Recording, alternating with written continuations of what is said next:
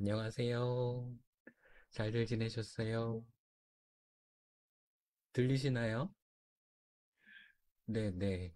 잠깐 기도하겠습니다. 하나님 감사합니다. 오늘도 주님께서 주시는 놀라운 사랑과 은혜를 가슴으로, 마음으로 받고 싶습니다. 삶에서 그 기쁨을 누리며 하나님께 영광 돌리기를 쉬지 않는 우리들 되게 하시고, 삶의 모든 일들이 다 형통하도록 축복하여 주옵소서. 예수님의 이름으로 기도합니다. 아멘.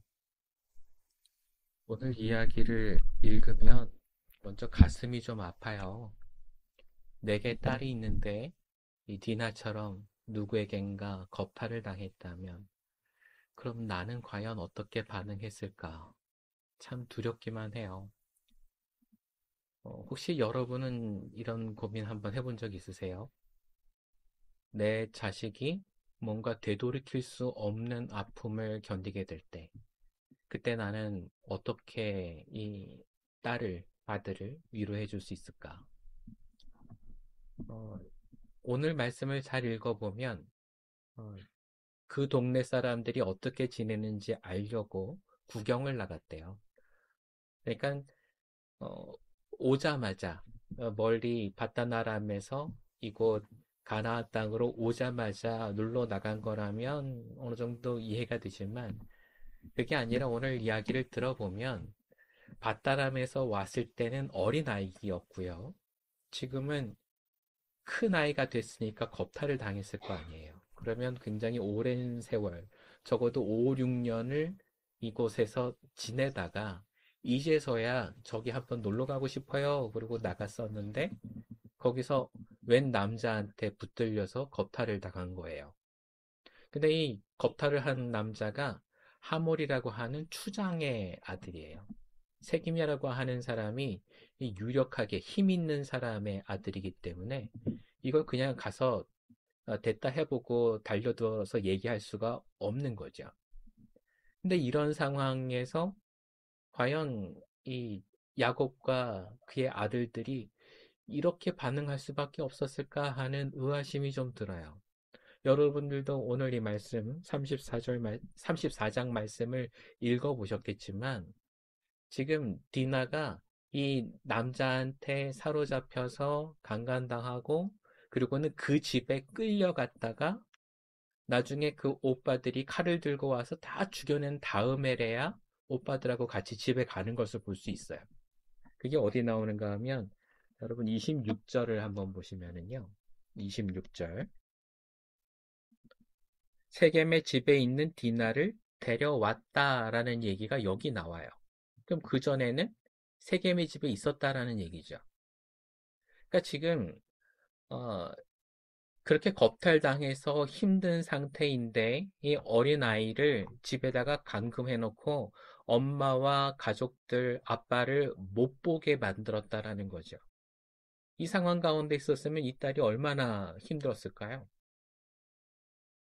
근데 그렇게 해놓은 상태로 하몰과 세겜이 야곱을 찾아오거든요.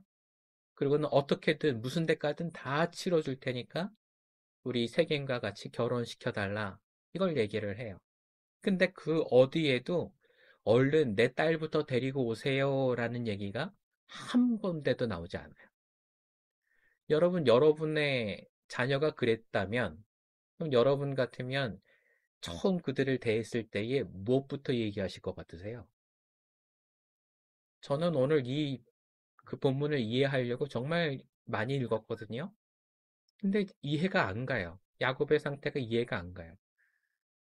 지금 그 어려운 얘기를 들었는데도 아들들이 들판에서 되돌아올 때까지 잠자코 있었고, 아들이 와 있는데도 그와 함께 얘기를 하는데 뭔가 좋게 좋게 이야기하려고 하지, 얼른 딸부터 내놓으라는 얘기를 한마디도 하지 않거든요. 무엇 때문일까요? 여러분이면 그렇게 하시겠어요?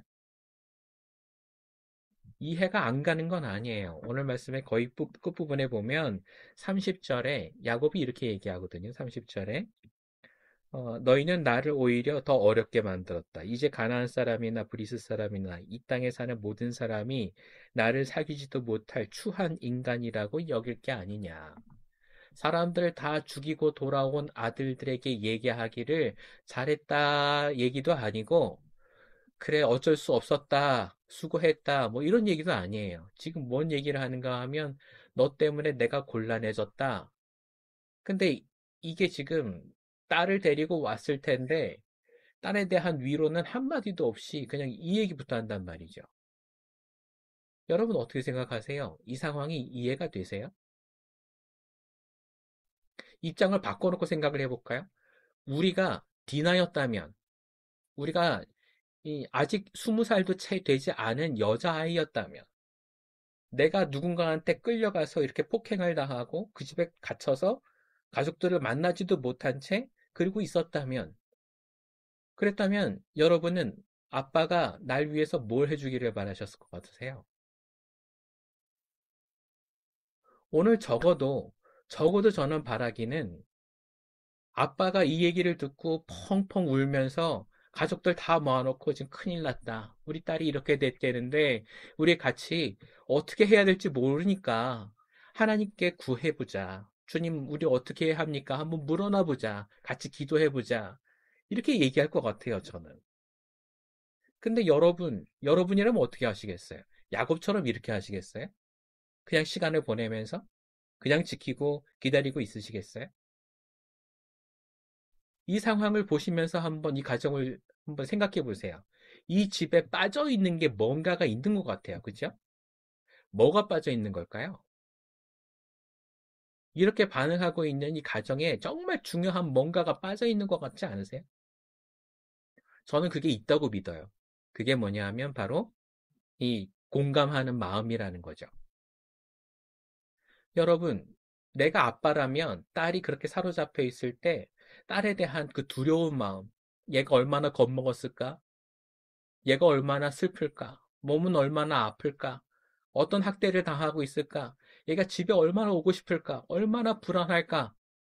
그런 게 이미 예감이 되고 있지 않을까요? 공감이 되고 있다면, 내 딸이 어떤 사람인지를 알고 있다면, 걔 유난히 겁이 많은 앤데, 걔 아무것도 못할 텐데, 벌벌벌벌 떨면서 그냥 어떻게 잘못될 수도 있을 텐데, 이 애를 어떻게 빨리 데리고 와야 될 텐데, 이런 생각이 들지 않을까요? 근데 왜 야곱은 가만히 있을까요? 여러분 이게 잘 이해가 안 가신다면 제가 이걸 한번 말씀을 드려볼게요. 어, 70이 넘으신 노 부부가 하루 저녁에는 우리도 다른 사람들처럼 야참을 한번 먹어볼까? 그리고는 어, 이 핸드폰을 돌려서 그래서 통닭을 한 마리 시키셨대요. 그래서 프라이드 치킨을 가져다가 놓고 먹는데 이 할아버지가 닭다리를 하나 들더니 아주머니, 예, 할머니죠. 할머니께 이렇게 들이시면서 얘기하시기를 여보, 당신 닭다리 좋아하잖아. 이거 하나 먹어봐. 그랬더니 할머니가 그 닭다리를 부둥켜 안고 엉엉 우시더래요. 왜 우셨을 것 같으세요, 여러분? 이 양반아, 나랑 같이 산 게 50년이 넘는데 내가 닭다리 싫어하는 걸 아직도 몰라? 나는 다리는 안 먹고 날개만 먹는 사람인데 아직까지도 내가 가장 좋아하는 게 다리라고 얘기하면서 다리를 먹으라고 하니 참 너무한다고 할머니가 막 부해가 나서 엉엉 우시더래요. 그래서 할아버지가 거기다가 손을 막 비벼대면서 잘못했다고 다시는 안 그러겠노라고 그렇게 얘기를 했대요. 근데 여러분 한번 잘 생각해 보세요. 왜 50년이 넘는 동안 닭을 한 번만 먹은 것도 아닐 텐데 왜 아직까지도 부인이 닭다리를 싫어하는 걸 모르고 계셨을까요? 뭐 때문일까요? 머리가 나빠서? 사랑하지 않아서? 관심이 없어서? 우리는 부부싸움 할 때 이걸 핑계로 대요. 당신 나를 사랑하지 않아서 그래. 당신 나한테 관심이 없어서 그래. 아니에요. 이거랑 좀 다른 문제예요. 오늘 정확하게 여러분에게 가르쳐 드릴게요. 여기에 문제가 있는 게 뭐냐면요. 공감의 문제예요. 공감. 마음의 여유가 없어서 그래요.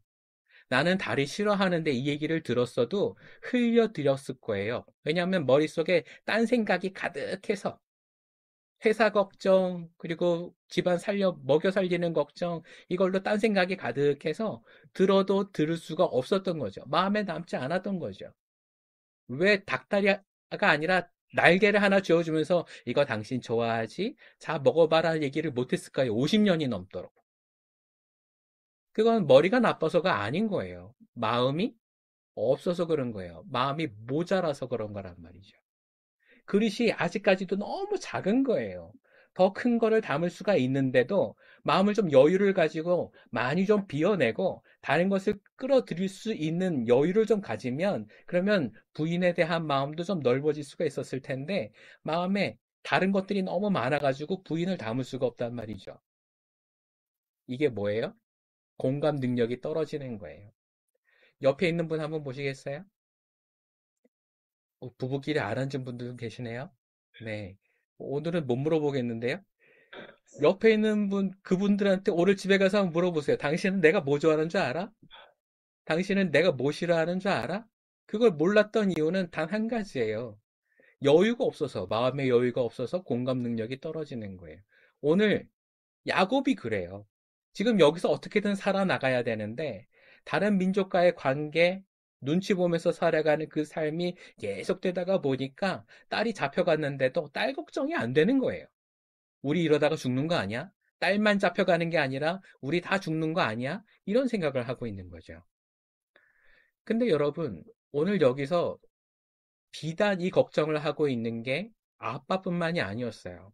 오빠들도 지금 모여가지고 얘기하기를 슬프다, 분노가 차오른다, 이걸로 벌벌벌벌 떨고 있는데도, 그런데도 문제는 우리 여동생 빨리 데려다가 주세요. 이 얘기는 안 한다는 말이에요.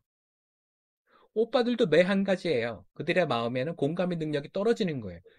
자기 여동생이 걱정이 되기는 하는데 그게 우선이 아니에요. 뭐가 우선이에요? 이것들 내가 복수해줘야지. 다 안 갚아버려야지. 이것만 가득하다란 말이죠.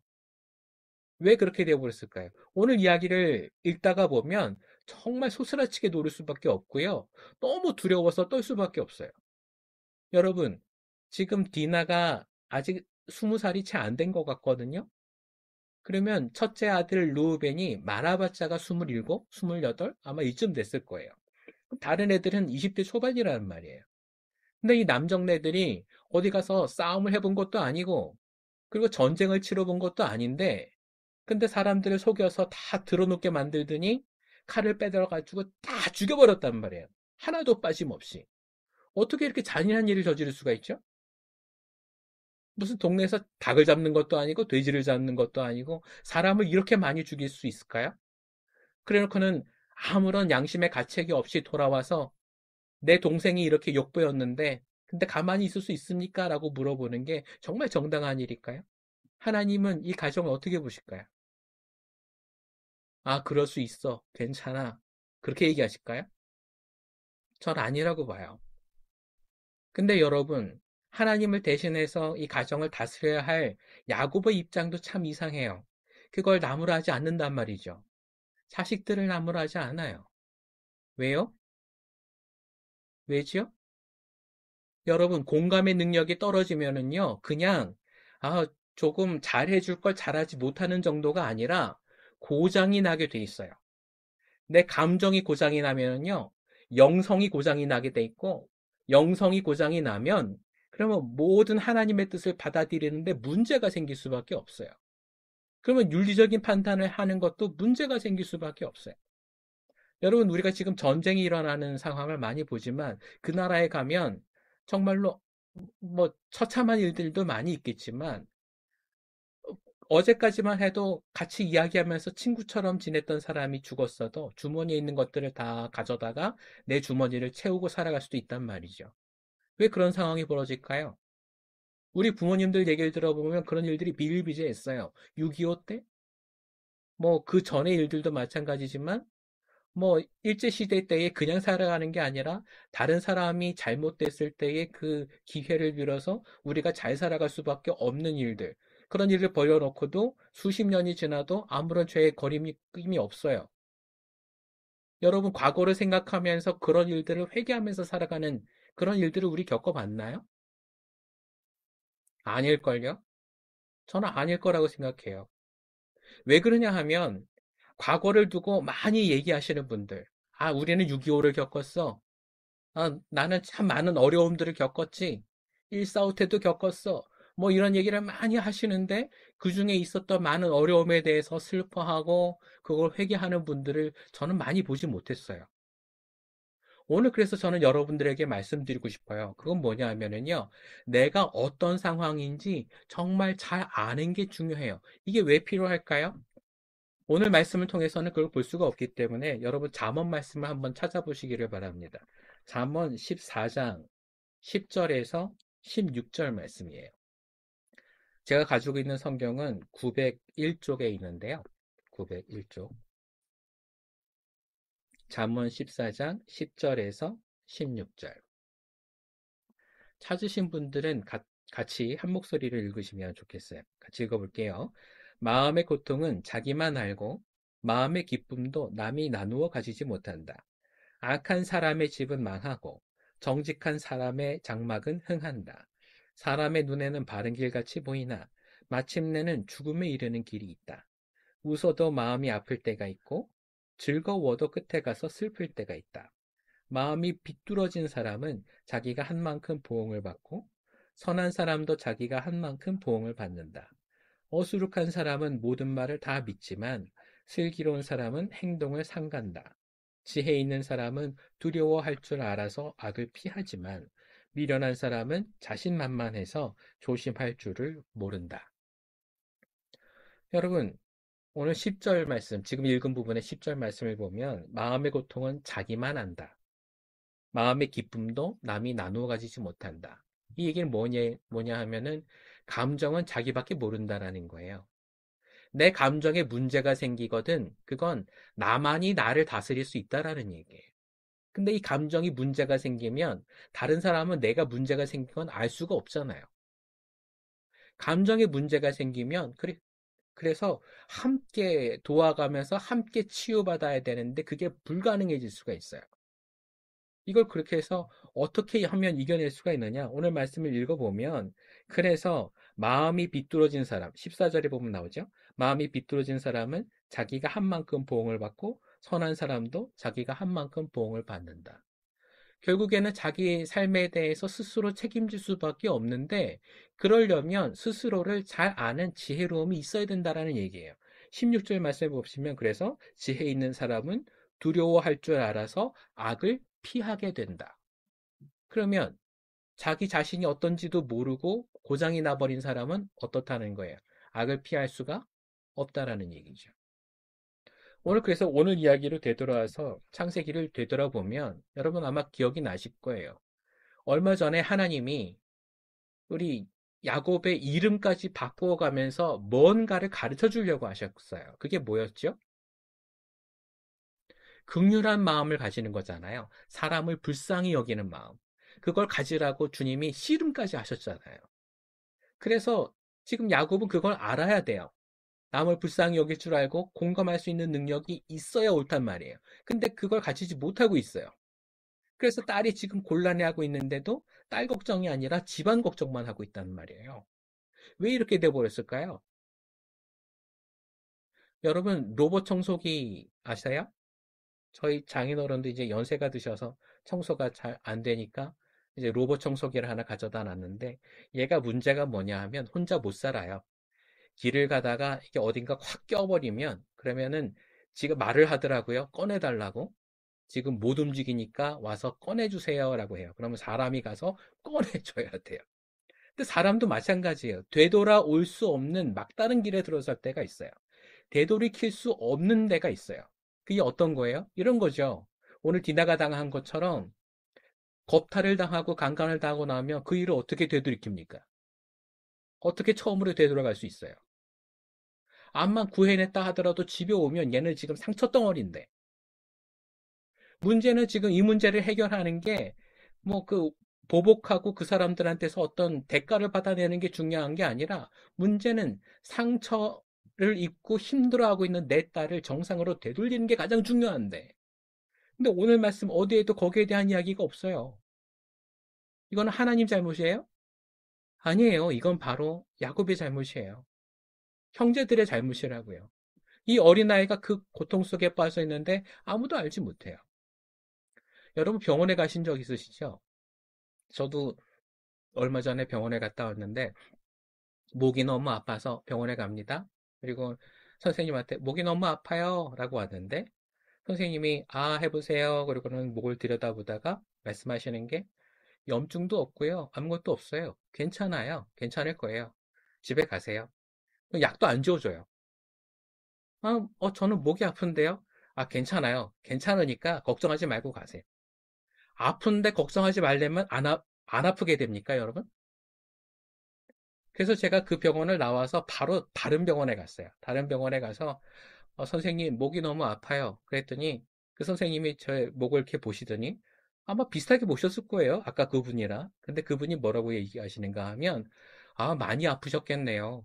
눈에는 보이지 않지만, 하지만 조금 염증이 생기려고 할 수 있는 것 같습니다. 제가 약을 지어 드릴 테니까 잘 드셔보시고요. 이 약 가지고도 먹고도 아플 수가 있으니까 웬만하면 주사 한 대 맞고 가시죠. 그래서 주사를 맞고, 그리고 나와서 약을 받아서 매일 며칠을 먹었어요. 여러분, 여기서 중요한 게 뭐예요? 치료예요? 낫는 거예요? 제가 두 병원을 가보면서 느낀 게 뭐냐면요. 두 번째 병원에 갔을 땐, 나 사람이구나. 나 대접받는구나. 이 느낌이 있었고요. 첫 번째 병원에 갔을 땐 어떤 생각이 드는가 하면, 나 로봇이야? 나 안 아프면 그냥 계속 일하면 되는 거야? 이런 생각이 들더란 말이죠. 여러분, 공감이라는 것은요, 서로 다른 사람을 치유해 줄 수 있는 능력이 있어요. 때문에 우리가 부부싸움도 많이 해봤잖아요. 부부싸움 할 때도 우리는 그렇게 얘기합니다. 당신 닭다리 안 좋아해? 몰랐지. 여기 날개도 있으니까 먹으면 되잖아. 뭐 그거 가지고 화를 내고 그래. 먹어. 그러고는 날개를 주면 그러면 50년 동안 쌓여 있었던 이 체증이 안 풀려요? 날개 먹으면 끝나요? 아니잖아요. 50년 동안 내가 뭘 좋아하는지도 몰랐던 그 사람에게 내가 어떤 것을 좋아하는지 날 귀한 사람으로 대접해달라는 얘기를 했을 때, 그랬구나. 내가 잘못했구나. 이 얘기를 듣고 싶은 거 아니겠어요? 공감이 안 되시는 것 같은데요? 근데 여러분이 누군가에게서 그 대접을 받고자 하는 마음은요, 그냥 대접받고자 하는 마음이 아니고요. 내 마음을 누군가와 통해봤으면, 내 마음을 누군가가 이해해줘 봤으면 하는 그런 마음이잖아요. 우리가 기도할 때도 이게 필요로 한 거거든요. 여러분, 하나님이 여러분 기도 안만 하셔도 그래도 그냥 네가 잘 살면 돼. 이렇게 얘기하신다면 여러분 하나님 믿으시겠어요? 하나님이 그러시지도 않겠지만 중요한 것은 하나님은 그런 분이 아니라는 거죠. 우리가 기도하면 주님은 걱정하지 마. 내가 너와 함께 있어 줄게. 걱정하지 마. 내가 널 사랑하잖아. 널 내가 책임질 거야. 너는 다른 사람이 안 봐줘도 내가 책임져 줄 거야. 그러니까 걱정하지 마. 하나님은 그런 분이거든요. 우리는 기도하면서 하나님의 그 공급과 하나님의 이런 그 동행하는 마음, 이런 것들에 대해서는 많이 공감하면서도 정작 우리는 다른 사람에게는 그렇게 못할 때가 참 많아요. 심지어는 우리 자식한테도. 아들이 갑자기 나한테 와서 얘기를 합니다. 아빠, 공부하기가 싫어졌어. 요즘에 책만 보면 막 머리가 아프고 스트레스가 쌓이는 것 같아. 그럼 여러분 어떻게 얘기하시겠어요? 네가 좀 많이 힘들구나. 아빠랑 같이 스트레스 풀러 어디 좀 가볼까? 여행이라도 갔다 올래? 이렇게 얘기하면 얘기가 좀 통하겠는데. 그게 아니라 이렇게 얘기한다면, 야, 누구나 다 겪는 거야. 왜 너만 그렇게 그래? 다른 사람들도 그거 겪으면서 이겨내는 거야. 너도 좀 이겨내. 그래가지고는 나중에 뭐 어떻게 크겠니? 이렇게 얘기를 한다면 우리의 아들들이, 우리의 딸들이 엄마 아빠를 정말 내 대화 상대라고 생각할까요? 여러분, 공감이 안 되면은요, 거긴 단절이 생겨요. 단절이 있는 곳에서는요, 모든 진실이 왜곡되는 일들이 일어나요. 미워하는 게 아닌데도 미워한다고 생각하고요. 사랑하고 있는데도 사랑하지 않는다고 생각할 수가 있단 말이죠. 지금 디나는 이 괴로움 속에 빠져 있는 거예요. 누군가가 가서 아빠 왔다. 아빠가 너 구해주러 왔어. 네가 얼마나 힘들었겠니? 이리 와. 아빠와 함께 집으로 가자. 그리고는 껴안아주고 보듬어주고 보호해주기를 바라고 있을 거예요.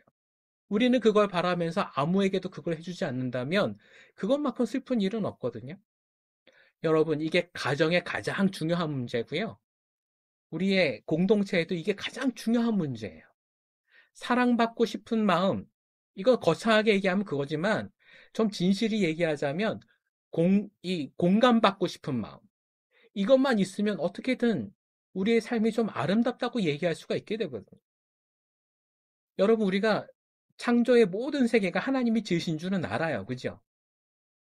스위스의 그 아름다운 것들을 다 여러분이 지금 보고 계시면서도 꽃 한 송이, 나무 한 그루 볼 때마다 아, 하나님이 다 이걸 날 위해서 만드셨어 라고 고백이 나오세요? 안 나오시죠? 왜요? 우리의 마음은 그거 담을 여력이 없거든요. 직장 걱정, 가족 걱정, 외국어 배우는 걱정, 뭐 다른 걱정으로 이게 가득 차 있으니까 그거 집어넣을 여력이 없어요. 그래서 안 보인다고요, 하나도. 근데 여러분 그걸 좀 드러내셔야 돼요. 덜어내시고 다른 사람에게 들어와, 내 마음으로 들어와, 내가 받아줄게. 이 마음이 아니면 공감의 놀라운 기적은 일어나지 않아요. 옆 사람 한번 보실래요? 부부가 아니더라도 한번 봐보세요. 그리고 한번 얘기해 보세요. 당신의 모든 사정을 나도 알 것 같아요. 나도 이해합니다. 네. 여러분 그 마음이 있으면요. 오늘 그 얘기 듣고 한번 밖에 나가보세요. 꽃 한 송이가 달라 보여요. 그게 나를 위해서 폈다라는 게 느껴진다고요. 모든 사람들이 날 돕기 위해서 보내신 하나님의 천사라는 게 느껴져요. 그게 아니면 바깥에 나가면 다 적들로 보인단 말이에요. 저 사람 나랑 경쟁하는 사람, 나한테 눈치 주는 사람, 내가 잘하라고 야단을 치지만은 날 칭찬해주지 않는 사람, 왜 우리 마음이 그렇게 돼버렸어요? 여유가 없어요. 공감의 능력이 떨어지기 때문에. 오늘 저는 여러분과 제가 그 능력이 다시 회복이 될 수 있게 되기를 바랍니다. 그러면 우리의 삶이 달라질 수가 있어요. 야곱이 지금 디나를 데려다가 놓고 그리고 이 얘기부터 한다면 그동안 고생 많았지 내 딸. 아빠가 어떻게든 널 구하려고 노력했단다. 네가 그 시간에 너무 힘들었겠지만 우리는 늘 너를 바라고 있었어. 이 얘기를 해주면 디나의 마음이 녹을까요, 안 녹을까요? 정상이 될까요, 안 될까요? 여러분, 우리에게 필요한 것은요, 뭐 대단한 게 아니에요.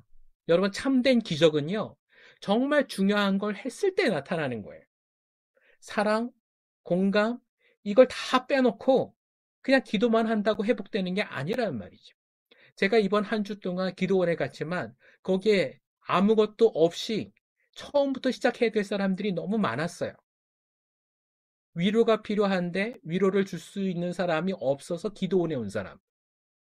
치료해 줄 수 있는 책임져 주는 의사가 필요한데 그게 없어서 기도원에 온 사람. 교회에서 상처를 너무 받았는데 그걸 끌어안고 같이 기도해 줄 수 있는 공동체원이 없어서 기도원에 온 사람이 너무 많더라고요. 그 사람은 누가 공감해 줍니까? 다른 사람이 대신해 줄 수 있을까요? 안 돼요. 그 사람이어야 한다고요. 그 사람이어야 해요. 여러분, 우리의 아들은 누가 공감해 줘야 되죠? 내가 해줘야지요. 그 부모가 해줘야지요. 우리의 이웃들은, 여러분 옆 사람 다시 한번 보실래요? 그 사람은 누가 이해해 줘야 되죠? 나예요, 나. 내가 해줘야 된다고요. 공동체가요, 우리가 해야 될 걸 다 빼놓고서는 아무것도 될 수가 없어요. 여러분, 기적은 이걸 할 때 일어나요. 가장 기본적이고 가장 중요한 것을 할 때 기적이 일어나게 돼 있어요. 옆 사람 다시 한번 보시겠어요? 자, 이 얘기 꼭 해줘 보세요. 이 얘기 꼭 해줘 보세요. 당신이 정말 힘들 때 제가 그 곁에 있겠습니다. 힘이 되시죠? 위로가 되시죠? 여러분, 이게 뻥이 되면 안 돼요. 그 약속을 지켜주세요. 우리가 서로 그 약속을 지킬 때 우리의 공동체는 힘 있는 공동체가 될 거예요. 성령님이 임재하시는 공동체, 그건 그냥 기도해서 되는 게 아니고요. 이러한 마음들이 기반이 돼 있는 상태에서 기도를 해야 그래야 성령님이 오시게 되는 거예요. 근데 우리는 자꾸 이걸 도외시한 다음에 그냥 영적인 것만 생각을 하려고 그러는데 그렇지 않아요. 여러분, 오늘 성령님이 임재하실 수 있는 기반을 만들어 봅시다. 서로에게 대한 기대, 공감, 이것들을 해주면서 우리의 공동체가 더 튼튼하게 서갈 수 있도록 그렇게 도와주시기를 바랍니다. 그리고 함께 기도할 때 성령님께서 우리에게 임재하실 줄로 믿습니다. 서로를 도와서 함께 성장하는 그런 가정 공동체 되어 주시기를 그리스도의 이름으로 간절히 축원합니다. 기도하겠습니다. 사랑의 주님, 우리가 해야 되는 중요한 일들, 그것이 우리의 사명이라고 말씀을 하셔도 우리는 그것이 얼마나 중요한지 알지 못하고 살아왔나 봅니다. 하지만 이제 깨닫게 하셨으니 이 일을 놓치지 않게 하시고 주님의 교회를 세우고 하나님의 나라를 세울 수 있는 능력 있는 사람들로 키워 주시옵소서. 감사드리며 예수님의 이름으로 기도합니다. 아멘.